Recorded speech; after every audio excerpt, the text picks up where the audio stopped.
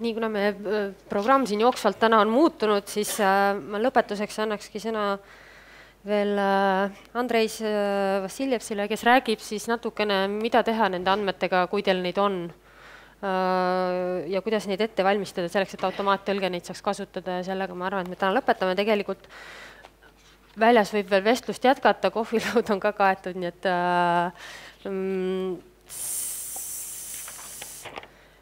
enne ette plaanitud töörühmad me siis jätaksime seekord ära, sest muidu muutub kogu ürituse liiga kurnavaks.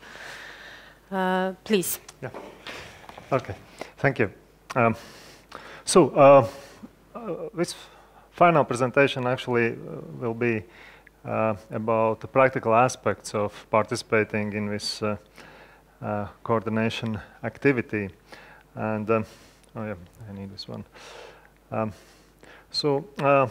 Again, just to repeat the main message, but in showing you in this graphical form the generic dependence of machine translation quality on the volume of data that you have. On the horizontal as it's a number of words or segments what are provided for training of machine translation, and on the vertical as it's a measurement of machine translation quality using a so-called blue score, or it's automated measurement how good is empty quality. And you can see that for domain-specific translation, if you have domain-specific data, then you can get significantly better machine translation quality if you have domain-specific data. And also, the more data you have, you can reach improvements in MT quality faster. And this blue line, it's general language translation. It's much more difficult, and currently performance of general language MT systems is worse than specific systems, and also the data needs are bigger. So for specific translation needs, domain-specific systems are the best solution. And what data is needed? Basically, yeah, all kind of textual data what contains words, and of course it's parallel data, documents with their translations. But what is in translated speeches, reports, web pages, brochures, wherever. And for training MT systems, actually, also monolingual data is used for generating so-called language models, what are used for systems to like validate or statistically analyze which of the translation hypotheses would be like the best candidate for target language translation. So yeah, the most valuable source of data is translations, and these translations are in many different forms and documents, and usually if in practice what we see in different institutions, we do have documents in PDFs, in doc format, in open document formats, also in Excel spreadsheets, RTF files, and XML data and HTML, so large variety of different formats. And it may be challenging for you to extract and use that data for and to get parallel data out of hundreds of documents with translations, but this is the task of our consortium, and the following activities what we will fulfill to extract that data and to clean and process that data. So don't worry too much about the format of the data. All kind of formats or Trados, this is the best possible format because it's already aligned. TBX and XLIF files, TMX, XLIF files, and translate terminology data in TBX format or even in Excel spreadsheets. Yeah, actually here we focus more on textual data, but also terminology resources, glossaries, lexicons, taxonomies, like translations of institution names and and titles and positions are also very useful to adapt MT for particular use. For example, this system what Richard's demonstrated is used in for e-government in Latvia was a special activity to agree on how to call these institutions in English, because in practice several different translations are used, but by implying machine translation to use this like semi-standardized translation, we can make sure that machine translation at least know what's the best translation of this. So, and with terminology and ontology resources are also very important. And where can you find this data? Yeah, of course, there's a lot of data that's already published or made available online in different formats. But there's also, let's call it invisible data, what's stored in your archives in data and document systems that are not easily accessible for external partners, but could actually be much bigger than internal data. And as Margit already mentioned, one typical opportunity what we do see is that public institutions outsource a lot of translation to translation companies, translation providers, and also freelancers. And usually they get back just translation of the documents. And if I need a new version, new document, they sometimes pay double price, because those companies that do that translation, they keep translation memories. They do not need to translate everything, just new segments. And what is my strong advice to you, check your agreements with translation companies when you outsource, and put a clause requiring to return back also translation memories in TMX or XLIF format, and also clarifying IPR rights, your rights to use these memories for whatever purpose, because you have paid for this. Anyway, yeah, this is an generic illustration. Specialists believe that we do have so much data on online on the web, but sometimes underestimate that much more data is available in internal repositories and databases. And by some estimations, 96% of digital data is in this deep web, what's not available online or is protected with password access. When you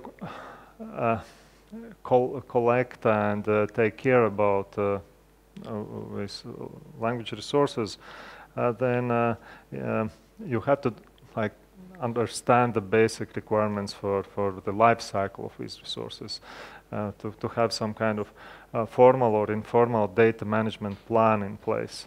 And this was also raised during the panel discussion. For example, if you just mix all translation memories in one big database, the poor translator has to choose from 200 different suggestions coming out. But if you have a good metadata attached to every file, and you see, oh, this is old one, outdated, and this is a new one, you can easily select and pick which translation memories should be used for which translation task, and which to provide for MT system, and which maybe are too obsolete to be usable. And so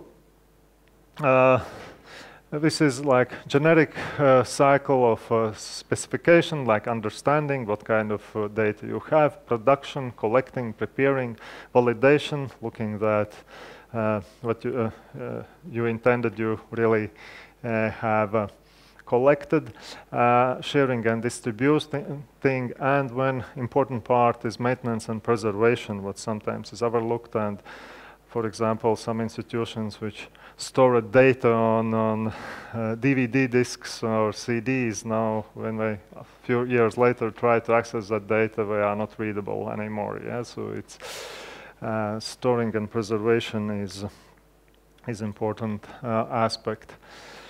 And by the way, the best way how to preserve is to share when you have many other copies around.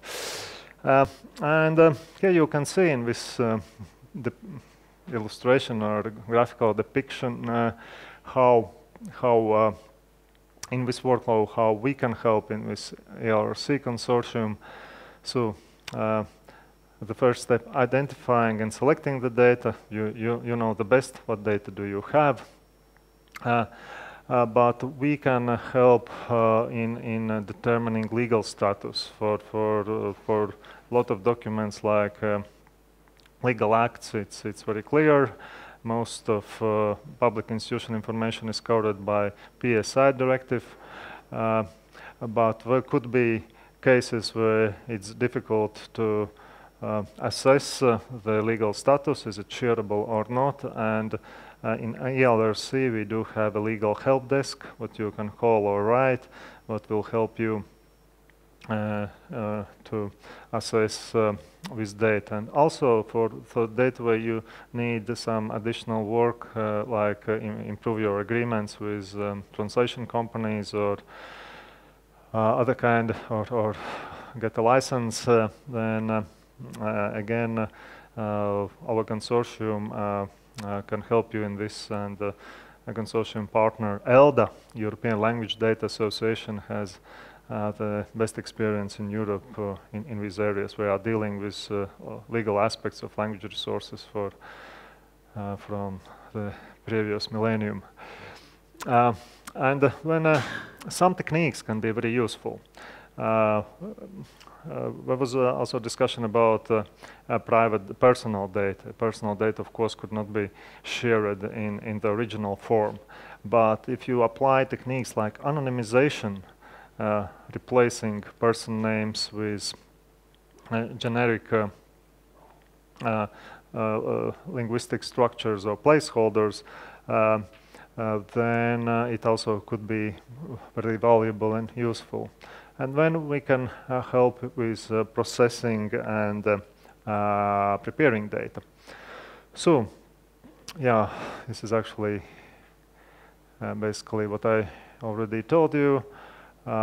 You can look on different sites where do you have the data. And when what I much suggest is to implement with basic data management policies, and one of the basic things is to describe what you have, to have some basic metadata related to all your data resources or repositories. And in library world and in language resource world, the format for this metadata, the most used format is Dublin Core format.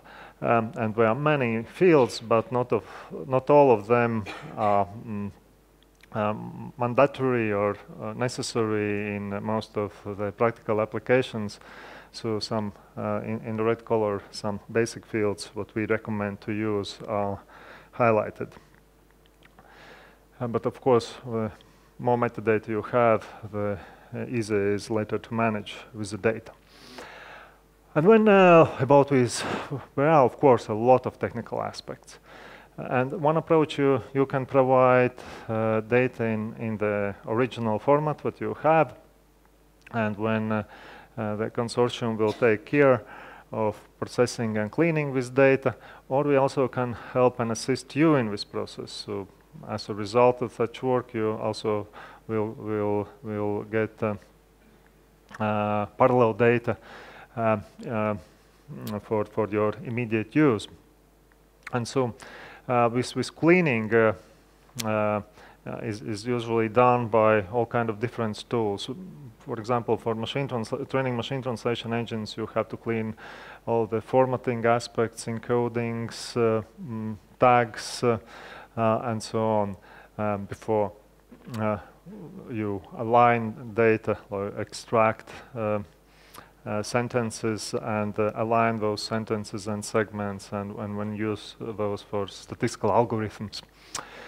And when validation aspect, what we see in practice is that sometimes the typical problem, one typical problem is a mix of different language. What you have, you think that you have one source and one target language, but if you have use with validation tools, you can filter out, and in what we saw in many practical situations where are many other language content mixed in, and that is very bad for empty engines where they can learn strange things from if different language content is mixed in. And yeah, and packaging and delivering data, yeah, it's I will tell a bit later about this more. For one technique what we use in the consortium, but what we also provide to you is Let's MT technologies, what were developed by Tilde and several academic institutions. It's a platform like machine translation factory that could process raw data like Word documents or Excel spreadsheets or other kind of documents, align those documents, extract parallel sentences, align those, and process for machine translation needs. And if you have raw data what you want to process yourself, one way how you can do that is also ask for the access to this platform. We will provide you with a password. You can log in. You will get your online repository on this platform, and when you can upload your documents, and the platform will automatically generate aligned data out of that, and we will give you that data back on the one condition that you also share that data with European Commission. Yeah, this is actually the result what you can get out of the system. Aligned text, in this example it's English and Greek, so we also deal with different scripts and alphabets. Another service what could be useful for your use is a TaaS platform. Terminology, TaaS stands for Terminology as a Service. This is an online platform that could be used in terminology work. If you want to standardize terms and name identities that are used in your institution or in cooperation with other institutions, you again can use this online platform where you can upload your documents, and by using statistical algorithms, this platform will mark term candidates and name identities that you can get back in Excel spreadsheet or edit in the online form, and in such a way understand what kind of terminology is used in your institution. And the good thing is that this also integrated with IATE and other terminology resources, and for those terms what are already standardized, standard translations from terminology databases will be provided. So this could be quite useful for your work. And again, this terminology data coming out of this will be very useful for machine translation to adapt it to particular domain. The easiest strategy how to adapt machine translation to particular domain is to supply domain-specific terminology. Yeah, actually I already mentioned these legal issues, so that, we help to determine legal status, help to understand whether you can apply techniques like anonymization if the data is sharing is restricted for and includes personal data, and whether that resource is under PSI directive. Yeah, and these model licensing agreements, again, if you sign license agreements with third parties when it's very good to take these model agreements and standard include standard clauses to make sure that you get the maximum rights and for future use of the results. Okay, I already mentioned the data anonymization, actually the purpose of these techniques is to make sure that after applying these techniques, that its data is not reverse engineerable, that you cannot figure out who is actually behind that information, and these placeholders are generic enough. And this, of course, are language-specific tools what are necessary for this. Yeah, and for maintenance and preservation, as I said, sharing is the best strategy. And here in Estonia, Estonian Language Source Center is provides that service and facilities to share data, and maintain and keep that data, and this repository, what is created by ELRC, and European Open Data Portal is European wide repository for all the data collected. And again, here we will help you in this process. And yeah, success of these activities fully depends on your interests, your activity, and again, for languages like Estonian or my native Latvian, it's even more important for some other languages to match the level that other languages have already achieved, because there are more speakers, more data available. But we also have quite a lot of data hidden what should be and could be digged out.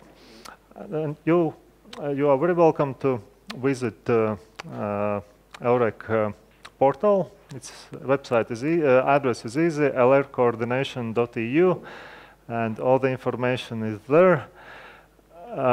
And you can submit data through this portal. Actually, this form or repository will go live in a few days, but this is just a screenshot of the data form that will be integrated. So our partners, ILSP, has developed this catalog where you can see what other institutions have already provided, what data, and upload your data. They can contact you via the portal, or would there be also like the one contact point for Estonians especially, or maybe a person they can contact? It depends how do you feel more comfortable.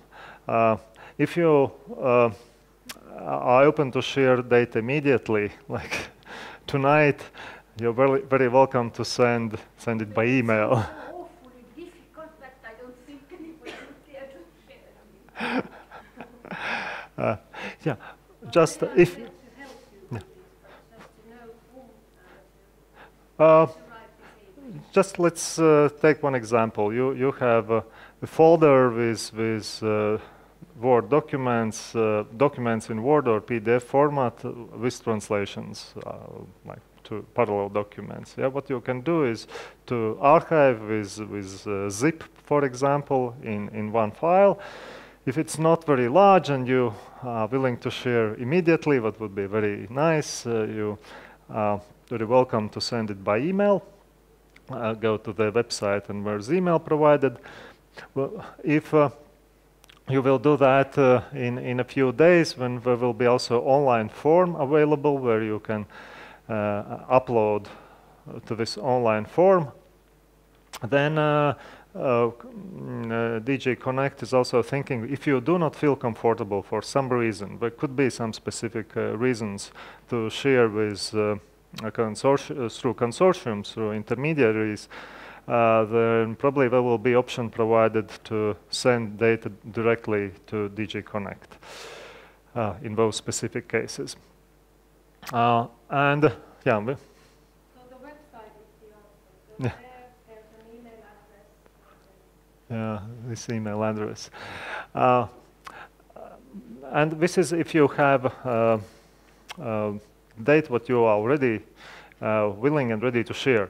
But there could be many situations where you want to participate, but you are not sure about legal status, or you are not sure whether this data is usable for MT. Probably it's not is clean enough, have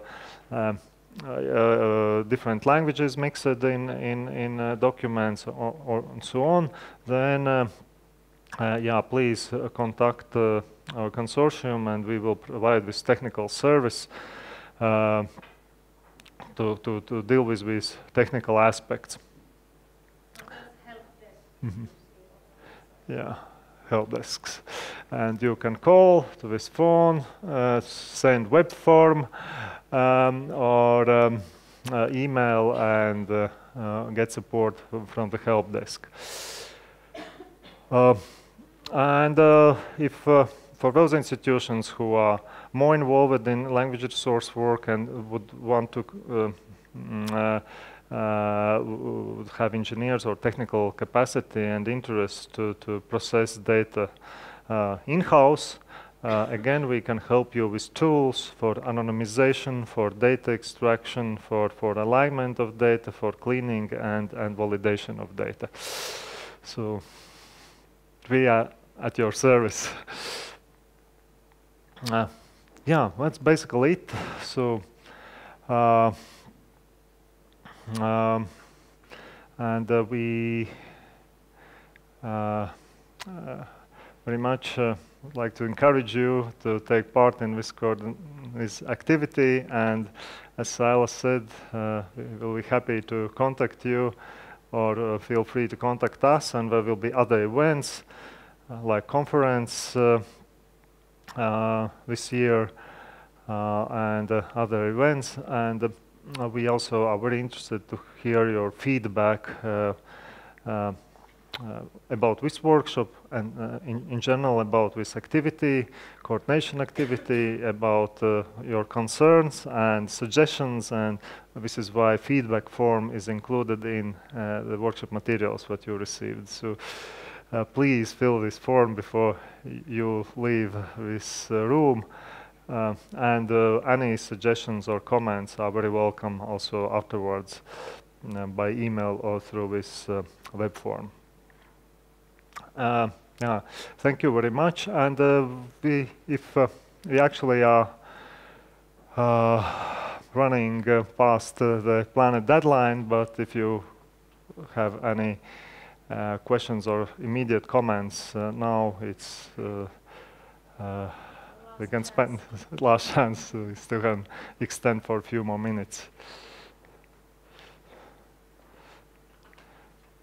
It seems that it was a long day, but thank you very much for your interest, for your patience, for your participation, and staying to the end of the workshop. And many thanks to our partners, to Jana, European Commission Representation Office, to Saila from DG Connect, to Kadri from Estonian Language Resource Center, and to all of you. Thank you.